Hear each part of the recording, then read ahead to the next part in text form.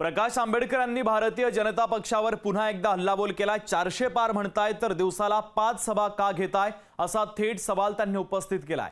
प्रकाश आंबेडकरांनी भारतीय जनता पक्षाला हा सवाल उपस्थित केलाय।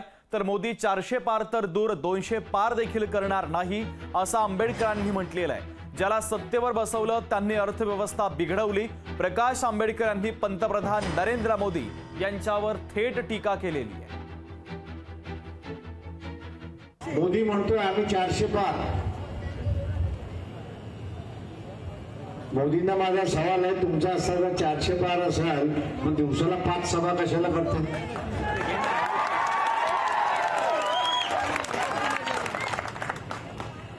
तुम्ही असा सल्ला दिला आम्हाला की तुम्ही आता प्रचार करू नका, 2029 ला तयारीला लागा। की तुम्ही सत्ता घेतलीत कशाला पहिल्यांदा खुलासा करा। जोपर्यंत या देशाला हिंदू राष्ट्र करत होतो त्याच्यावरती वादविवाद चालत राहील हे बरोबर आहे।